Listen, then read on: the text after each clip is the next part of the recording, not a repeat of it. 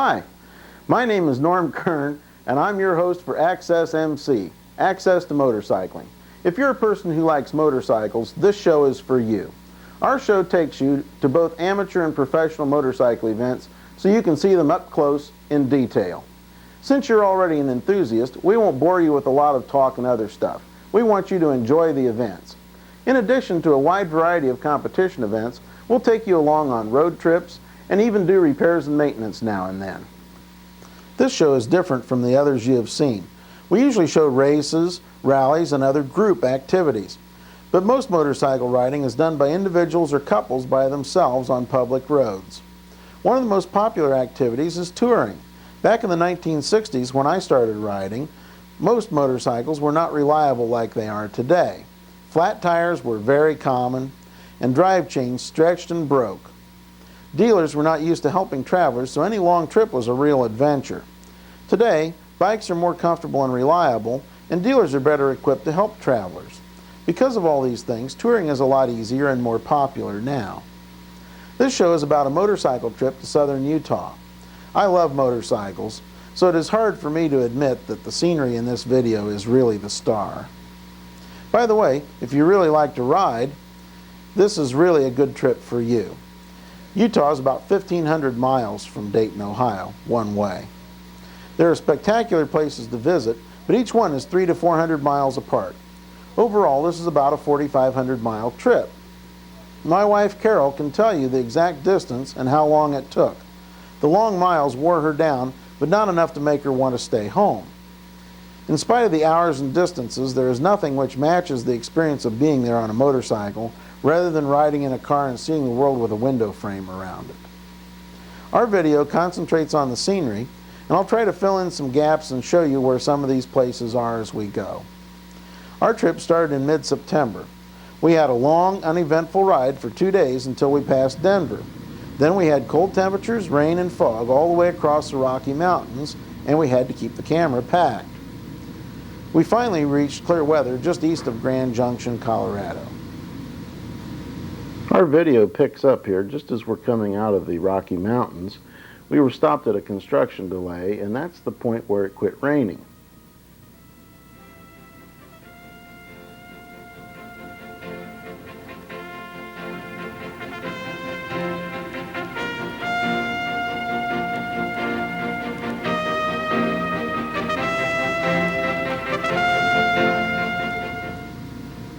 Once we were past the construction delay, we came out of the mountains near Grand Junction, Colorado. And as you can see, the mountains open up and the valley gets wider and the mountains become further and further away.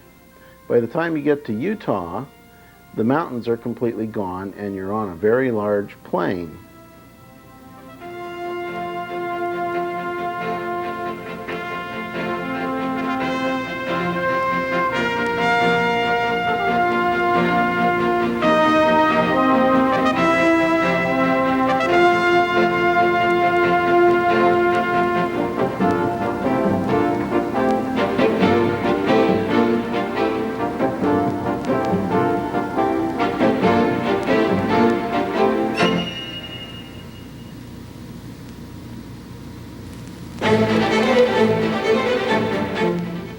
Once we arrive in Utah, we take one look back and we can see the plain area and Colorado in the background. We then head down Route 28 towards the Colorado River, which is a very nice little canyon which gives us the first look at Utah scenery. This road, which wasn't even paved 20 years ago, takes us into the little town of Moab, where we can spend the night so the next day we can go to the Arches National Monument.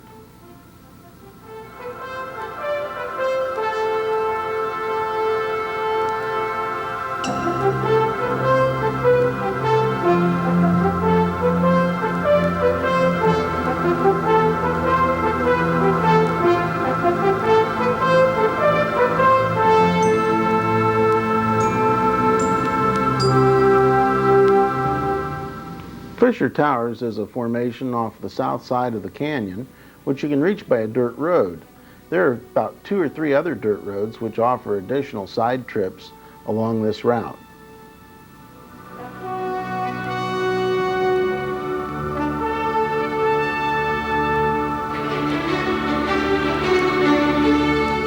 The next morning we leave Moab and set out at dawn so that we can see Arches National Park as the sun comes up.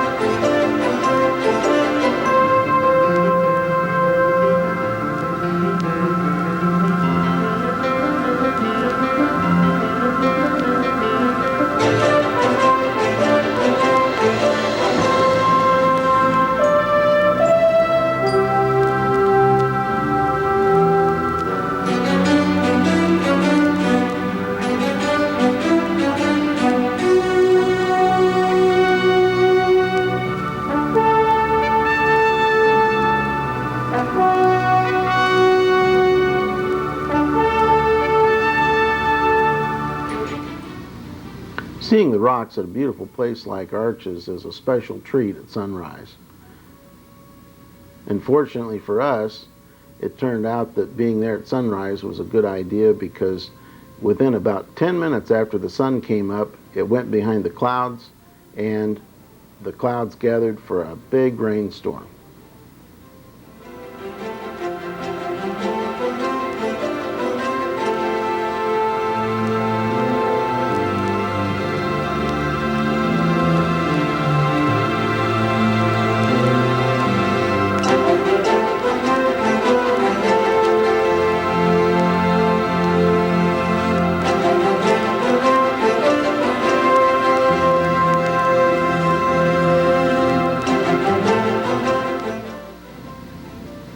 The approaching thunderstorm cut our visit to Arches National Park short, so we headed back out to 191 and got into the rain.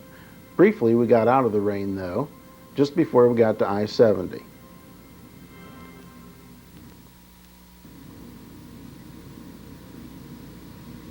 Once we got on I-70, we had no services for over 100 miles, and we immediately got back into the rain.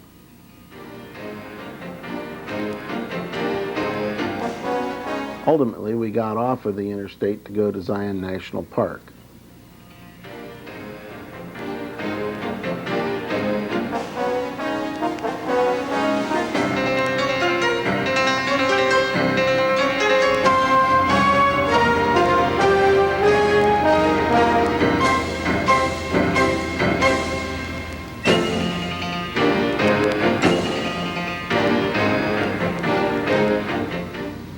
We ended the day at Springdale at a little bed and breakfast there.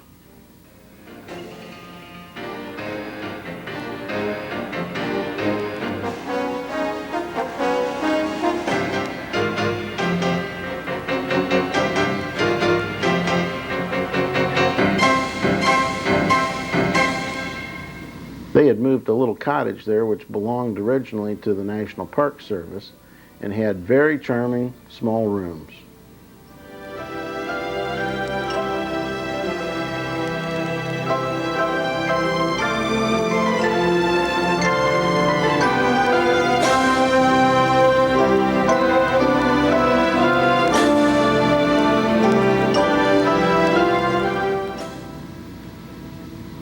The next morning found us in Zion National Park.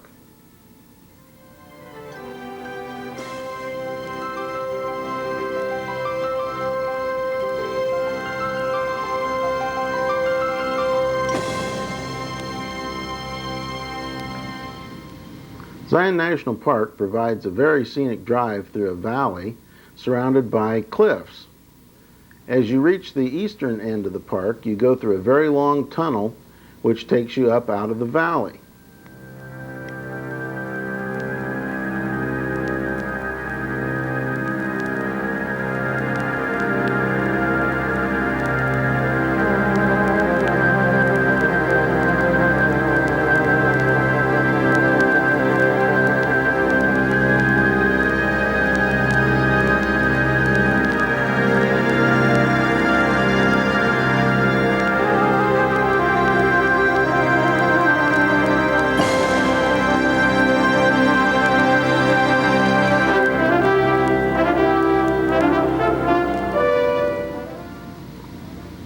We then go down for quite a long drive to the north rim of Grand Canyon.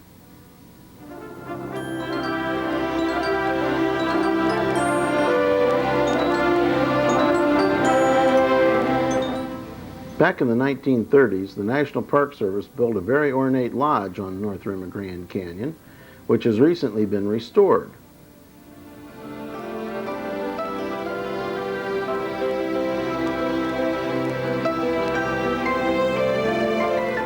Here you can see the lobby.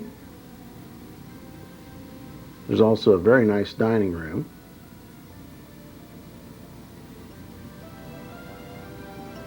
And at the back of the lodge, there's a large sitting room with huge glass windows that overlooks the canyon.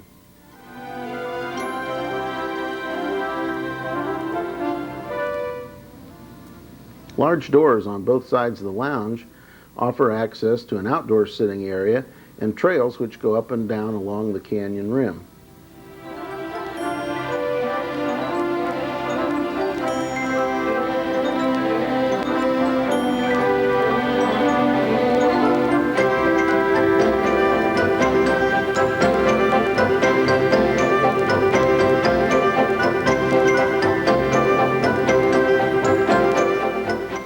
The canyon itself is so large that it's impossible to get any idea of the size just by looking at pictures.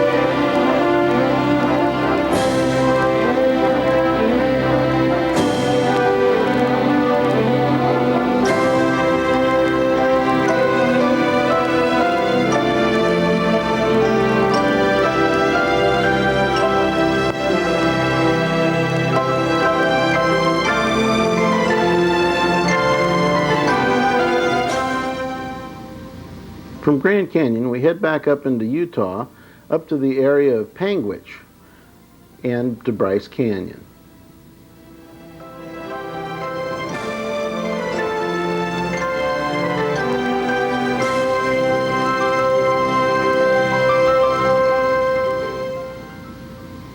Compared to Grand Canyon, Bryce Canyon isn't very big.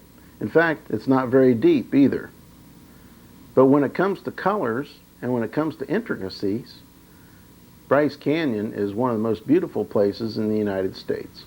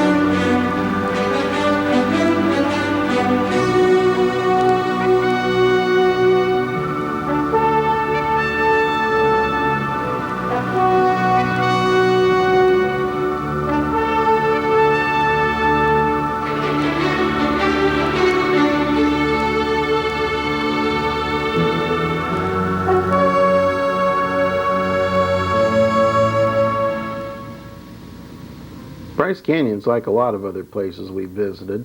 The light is much more dramatic early or late in the day.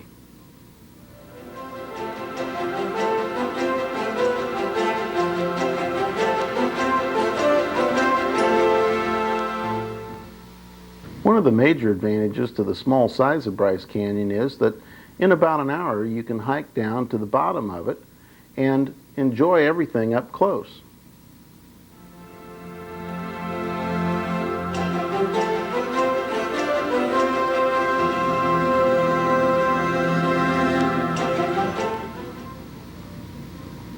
Navajo Loop is a perfect example of a trail that makes it easy to go down to the bottom of Bryce Canyon.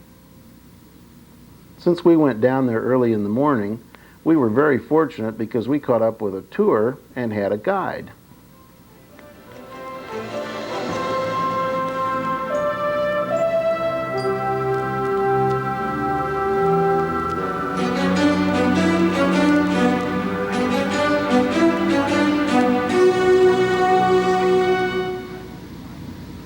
And that's where two plates came together. Well, those plates came together. That's this pressure that I talked about, cracking and fracturing all the rocks right in through here. Now we are part of what geologists, well, I should say we're kind of part of what geologists refer to as the Laramide Apogeny. And that's a real fancy way for geologists to say a mountain building era, a time when mountains and when something's forcing the land and pushing on things and pushing the land up to actually build the mountains. The rock formations here get their bright colors not from the rocks themselves, but rather from the dirt, which is brightly colored, which originally was up on top. When it rains, that dirt turns to mud and washes down and forms an adobe, which covers the rock formations. Here you can see some places where the adobe has been chipped away, and you can see the purplish true color of the rocks underneath.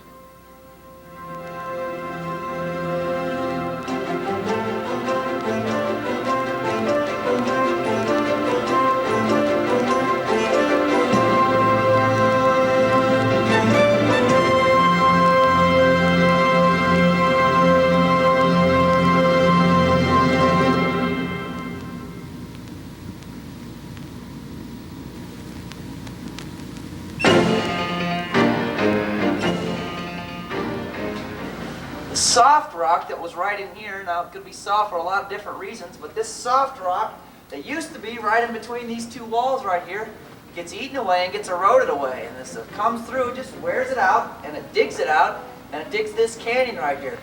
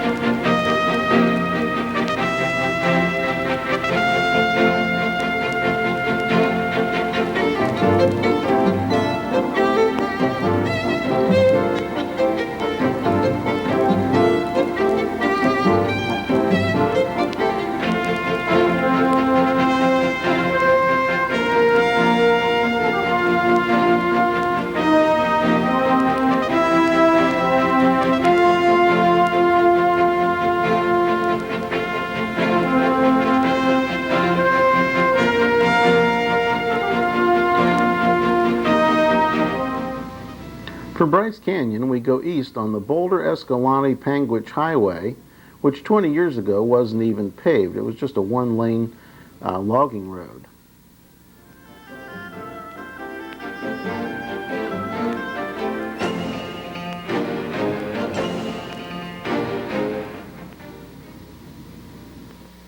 Continue to head east through Capitol Reef National Monument and out into a very barren area of Utah.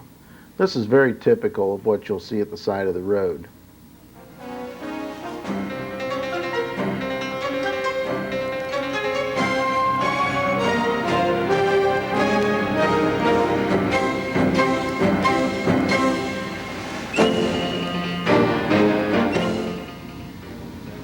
The road itself is many straight miles, very flat, very barren. This is not a good place to run out of gas or have a breakdown. After all that desert area, we finally come to the Glen Canyon National Recreation Area. A dam has been built on the Colorado River to back up the water so that there is a beautiful lake area for boaters and other water enthusiasts. In the upper left corner of this picture, you can see a very small, from here, bridge, which will give you an idea of the scale of this panorama. The little dot you see in the center of your picture is actually a settlement for a marina.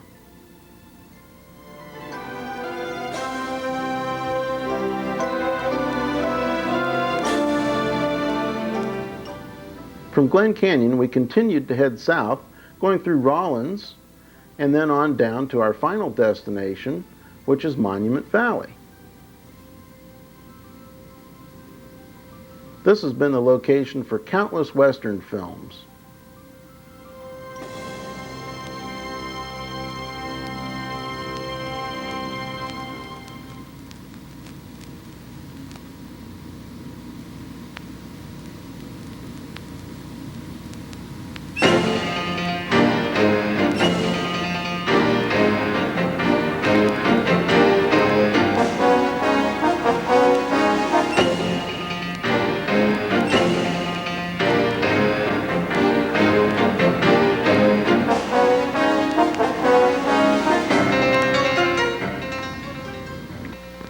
In the movies, you see a lot of cowboys on horseback riding past these formations. If you actually go there, you'll see quite a few cars and four-wheel drives, and occasionally you'll see a motorcycle.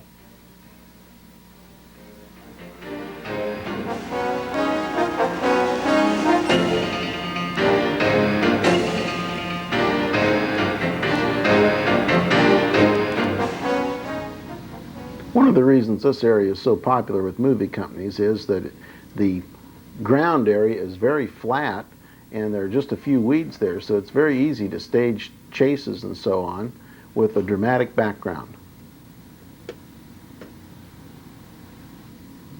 Once we left Monument Valley, we headed east through New Mexico where we hit more rain. This lasted most of the way to southeastern Colorado. We then headed east, going through Kansas, Missouri, Illinois, Indiana, and then back home. I hope you'll tune us in again next time. So long for now.